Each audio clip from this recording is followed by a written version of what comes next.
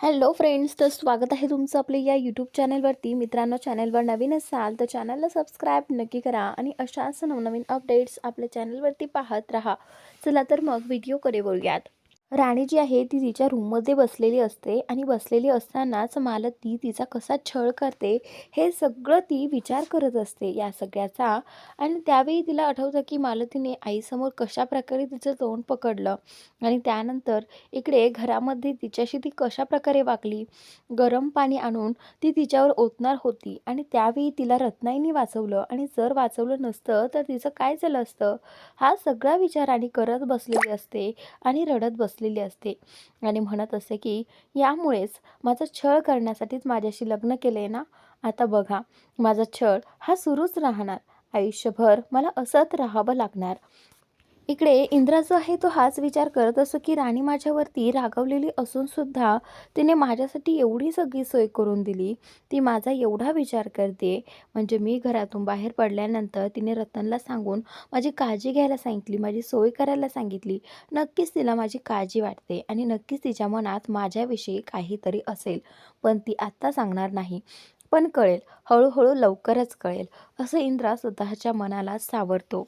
इकडे रत्नाई राणीला आवाज देत असतात. त्यावेळी त्या तिच्या रूममध्ये येतात आणि तिला बोलू लागतात की राणी काय करतेस गं. त्यावेळी राणी बोलते की काही नाही. काय झालं रत्नाई, तुमचं काही काम होतं का. तर त्यावेळी राणी विचारू लागते की काय करायचं आहे सांगा मला. तर रत्नाई बोलते की राणी, अगं बाळा, मला थोडंसं सामान आणायचं आहे दुकानामधून, प्लीज तू जाशील का. अजित पण घरी नाही आहे म्हणून मला तुला पाठवायची वेळ आली आहे. तर राणी बोलते की ठीक आहे. तर आता रत्नाई सांगू लागतात की बस्तीच्या कोपऱ्यावरती एक दुकान आहे आणि तिथून हे आणायचं आहे. त्यावेळी राणी बोलते की पण रत्नाई, तिथं तर कुठलीच दुकान नाही आहे. तर आता रत्नाई बोलतात की अगं झाली आहे बोरी, तू जाऊन तर बघ, तुला नक्की सापडेल. जा बरं आणि एवढा किराणा घेऊन ये. तर आता तिने तिच्याकडे पैसे आणि ती लिस्ट देखील दिलेली आहे. राणी आता वस्तीकडे निघालेली आहे आणि ती थोड्याच वेळात वस्तीमध्ये पोहोचते देखील. रात्रीच्या वेळी राणी येते आणि पाहते की तिथे कुठलीही दुकान नसते. त्यावेळी राणी बोलते की मी रत्नाईला सांगितलं होतं की इथे कुठलीही दुकान नाही आहे, पण रत्नाईने माझं ऐकलंच नाही. राणी वापस जायला लागते. तेवढ्यातच इंद्रा राणीला आवाज देतो आणि बोलतो की राणी, हे बघ. तर त्यावेळी असं म्हणताच राणीला कळतं की तिच्या पाठीमागून इंद्रा आला आहे आणि तिला आवाज देतोय. तर आता राणी बोलते की एक मिनिट एक मिनिट, म्हणजे हा सगळा तुमचा प्लॅन होता. म्हणजे तुम्ही मला इथे खोटं बोलून बोलावलं, तेही रत्नाईला सांगून. त्यावेळी इंद्रा बोलतो की हे बघ राणी, माझ्याकडे पर्याय नव्हता. तर आता राणी बोलते की तुम्हाला खोटं बोलण्याशिवाय काही सुचतच नाही आहे का. आधीच तुम्हाला खोटं बोलण्यावरून घराबाहेर काढलं आहे आणि आताही तुम्ही तेच करताय. तुम्हाला कधी सुधारायचंच नाही आहे का.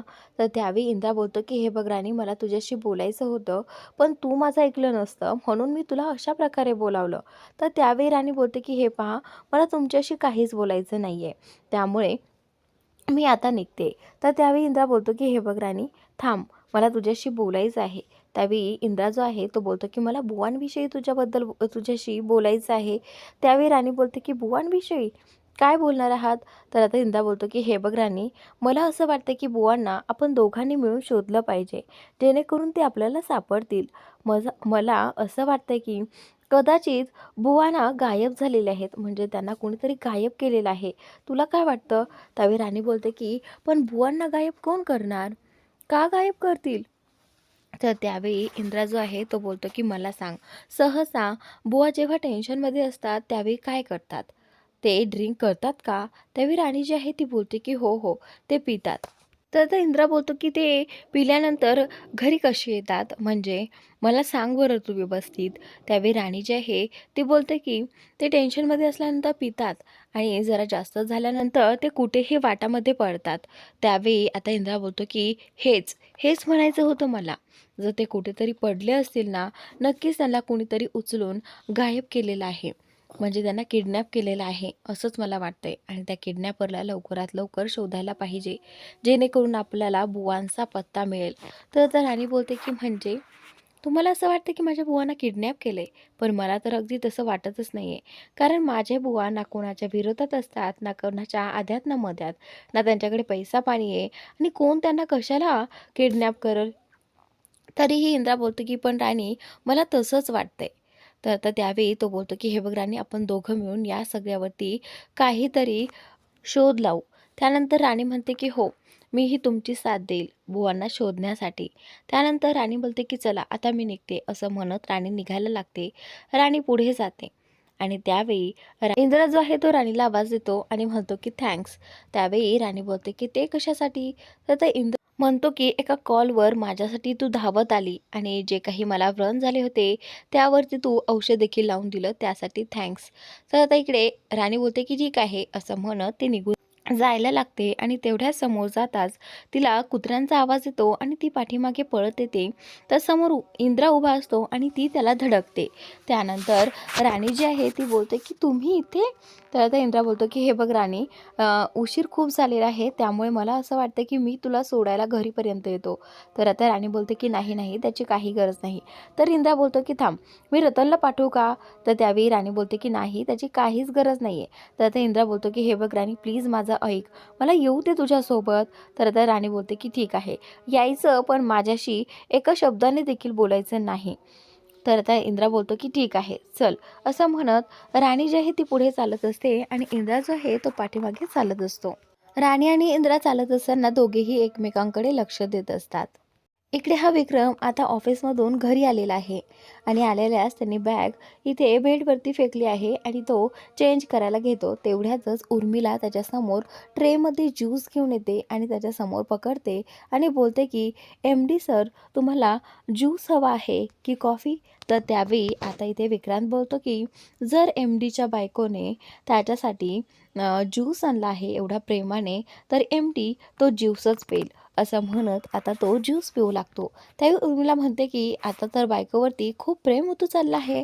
तर आता इथे विक्रम बोलतो की जाऊ देत ना, प्रेम उतू जात आहे तर जाऊ देत. तर आता इथे उर्मिला जी आहे ती बोलते की त्याचनंतर आता इकडे राणी आणि इंद्रा दोघेही जण गेटपाशी महाडिकांच्या घरासमोर आलेले असतात आणि त्यावेळी राणी जी आहे ती गेट उघडून आतमध्ये येते. आल्यानंतर राणी इंद्राकडे पाहते, पण आता राणीला वाईट वाटत असं की इंद्राला आता वापस जायचं आहे. त्यानंतर राणी पुढे जायला लागते. तेवढ्यात मागे वळून ती इंद्राला म्हणते की थँक्स, असं म्हणत आता ती आतमध्ये निघून जाते आणि इंद्रा देखील आता वस्तीमध्ये जायला निघालेला आहे. तर आता इकडे विक्रमला तेवढ्यातच एक फोन येतो आणि बोलतो की हे बघ, तू जास्त डोकं चालू नकोस, मी जेवढं सांगेल तेवढंच कर. तर आता उर्मिला समोर तो फोनवरती बोलत असतो. फोन झाल्यानंतर उर्मिला बोलते की वा, तुम्ही तर अगदी पहिल्याच दिवशी विक्रम, तू MD सारखा बिहेव करतोय, किती छान जमतंय तुला. तर त्यावेळी आता विक्रम बोलतो की हो, जमायलाच हवं आणि आता इथून पुढे सगळं काही जमेल. फक्त कंपनीच नाही, घर, बाकी प्रॉपर्टी, सगळं काही विक्रमचंच होणार आहे, असं हा विक्रम स्वप्न पाहत असतो. आणि त्यावेळी आता उर्मिला जी आहे ती विक्रमला म्हणते की विक्रम, हे सगळं तर ठीक आहे, पण मला सांग, त्या म्हाताऱ्या बुवांचं काय करायचं? त्यावेळी विक्रम जो आहे तो बोलतो की हे बघ, मी आता ठरवलं आहे, त्या बुवांना संपवून टाकायचं. त्यावेळी हे ऐकल्यानंतर उर्मिला शॉक होते. उर्मिला बोलते की काय, तू त्यांना संपवून टाकणारस? तर आता इथे विक्रम जो आहे तो बोलतो की हो, मी त्याला संपवून टाकणार, कारण या इंद्राने राणीला वचन दिलं आहे ना, येत्या 8 दिवसामध्ये तो त्या बुवांना शोधून काढेल, तर मला ते असं होऊच द्यायचं नाही. तर त्यानंतर आता त्यामुळेच विक्रम बुवांना मारण्याचा प्लॅन करणार आहे. इकडे राणी जी आहे ती बाहेरच उभी असते, कारण ती खूप अस्वस्थ झाली आहे. एकीकडे बुवा घरी नसतात, बुवा सापडलेले नसतात आणि दुसरीकडे इंद्राला असं वस्तीमध्ये राहावं लागतंय. या सगळ्यामुळे तिला वाईट वाटत असतं आणि थोड्याच वेळात तिथे आबा देखील येतात. आबा आल्यानंतर तिला विचारू लागतात की काय गं राणी, बुवांचाच विचार करतेस ना? हे बघ, मला कळतंय की तू अस्वस्थ आहेस, तुला बुवांची काळजी वाटते, पण तू काळजी करू नको, बुवा नक्की सापडतील. तर आता इथे आबा जे आहे तिला धीर देण्याचा प्रयत्न करत असतात. तर त्यावेळी राणी बोलते की हो आबा, आपण बुवांना शोधण्यासाठी प्रयत्न तर करत आहोत, पण बुवा कुठेच मिळत नाही, त्याचीच काळजी वाटते. आणि त्यानंतर राणी जी आहे ती बुवांना म्हणते की बुवा, तुम्ही इंद्रजित सरांना असं एवढा टोकाचा निर्णय नव्हता द्यायला पाहिजे. म्हणजे घराबाहेर काढायला नको होतं. तर आता आबा जे आहे ते बोलतात की हे बघ राणी, दगडाला जर आकार द्यायचा म्हटला तर त्यासाठी त्याला थोडेसे घाव सहन करावेच लागतात आणि तसंच इंद्राला जर बदलायचं असेल तर त्यालाही घाव सहन करावेच लागतील आणि तो बदलल्यानंतर तुलाही नक्कीच आवडेल. तर त्यासाठीच मी हे सगळं केलं आहे आणि तेही कठोर मनाने केलं आहे. त्यामुळे तू जास्त विचार करू नको इंद्राचा. तर आता इथे राणी बोलते की सर, पण ते तिकडे वस्तीमध्ये राहत आहे आणि तिथे त्यांची सोय होत नाही. पण एका शब्दाने देखील ते बोलून दाखवत नाही.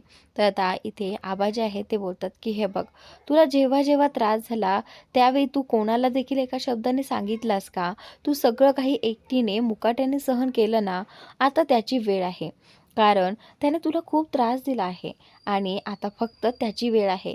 त्याला सगळं काही सहन करावंच लागेल राणी, कारण त्याने खूप मोठं पाप केलं आहे. त्याने तुझ्या नात्याचा, सगळ्यांचा त्याने अपमान केलेला आहे. तर आता राणी जी आहे ती रडत असते. तर आबा बोलतात की हे बघ राणी, तुला कसलीही काळजी करायची गरज नाही. बुवा लवकरच सापडतील. असं म्हणत आता आबा जे आहे ते तिला धीर देत असतात.